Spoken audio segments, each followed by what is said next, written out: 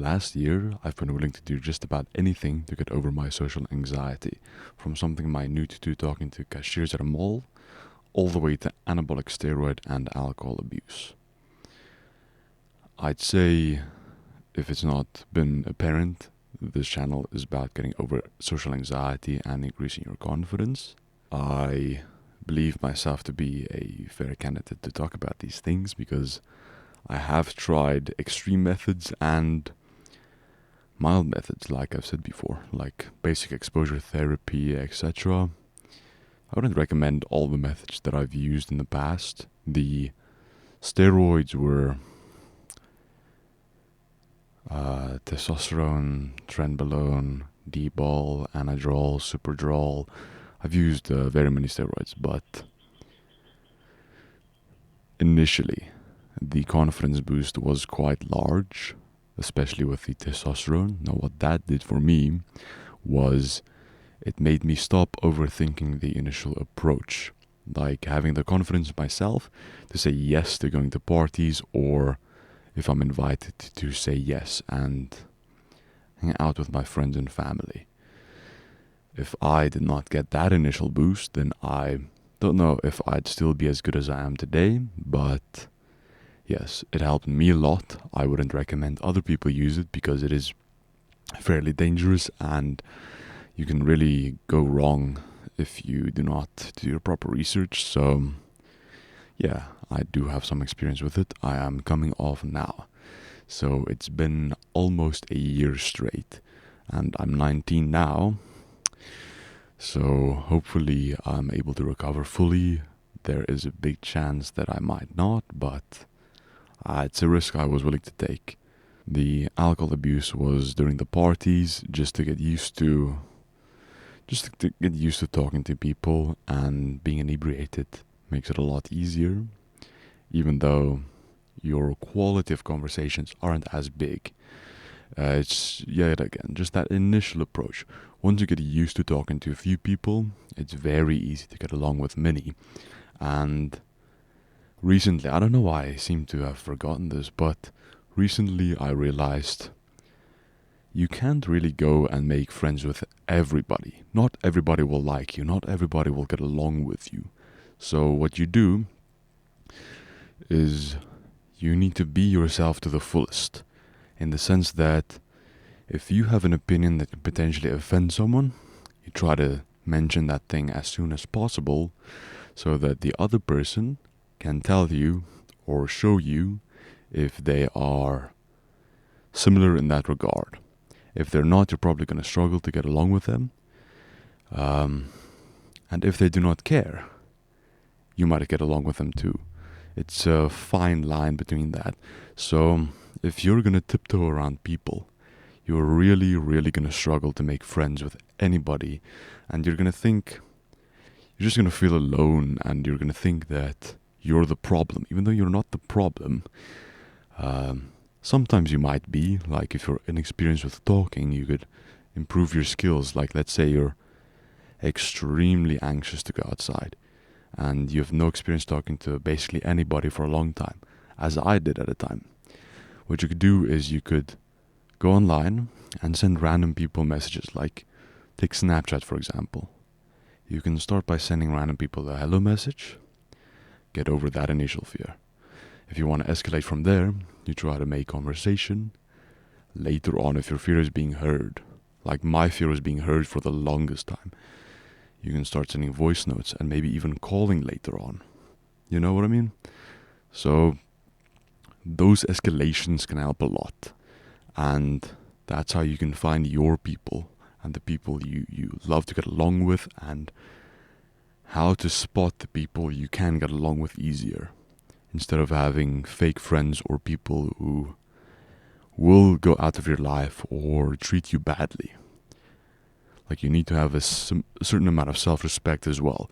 If someone's going to treat you badly or make you feel bad, do not keep them in your life unless you are the problem in that sense. If they're going to be honest to you and express a genuine concern with a resolution or a way that you can improve yourself, and it's reasonable, do not freak out. You can use that to your advantage and improve your personal life. That's what I did, and it's helped a lot. I'm not really sure what else to mention in this video. It's been a pretty decent one, honestly. I could talk a bit more about my experiences, like with my friends. I would say that for the longest time, maybe about 2 to 4 years, I've not talked to many girls. When I was about 14, I was extremely curious about it, and I went out of my way to talk to a lot of girls. I got a lot of experience with it, so I've had girlfriends in the past. I've had girls I've kissed and so on.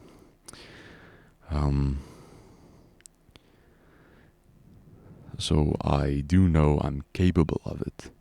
And recently, this year, I tried to do it again, and I went on a few dates, but it did not go well. Not a few dates, I went on a date, and it did not go well, but that's because I did it almost out of desperation. Like, the girl was pretty and everything. It's just, I wasn't being myself. I wasn't being authentic, and I think she could tell that. You could subconsciously tell when someone's not being themselves. And she broke it off.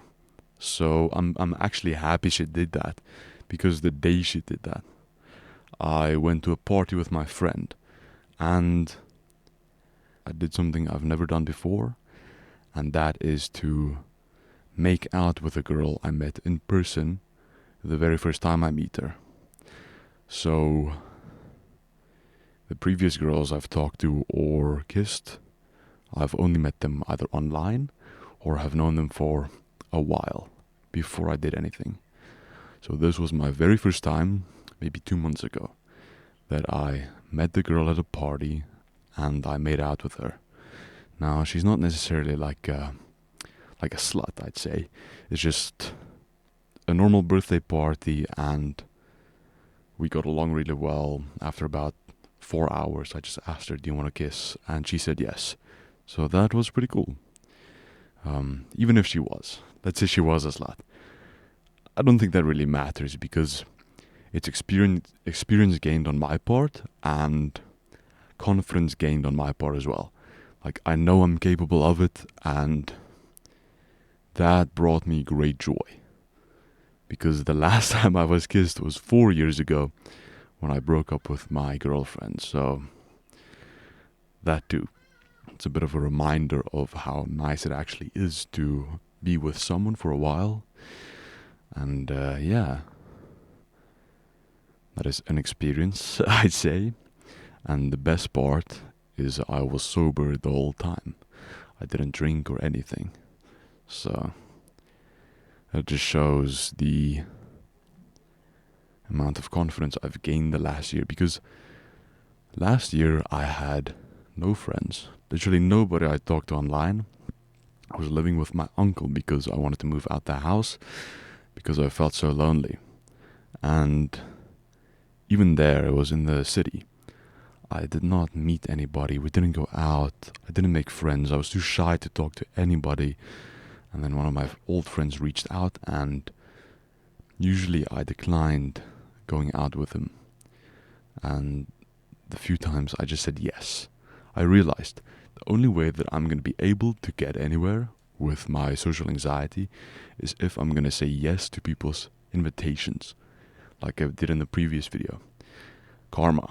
The energy you put out is what you get in. If you put in effort, you will receive the things you want. You can't just lay down waiting for it to come to you, like winning the lottery. If you want to get rich, you're not going to win the lottery and get rich. You're going to have to work hard and do the right things, and then you'll make the money. Same principle. If you want to build a nice body, nice muscular body, you can't just wait for it to happen. You can't just use steroids and wait for it to happen. You need to put in the work, put in the effort, and you will get what you want. This is my lesson learned, and I feel it's just nice to share it to someone. So, there we go. Bye bye. Bye bye.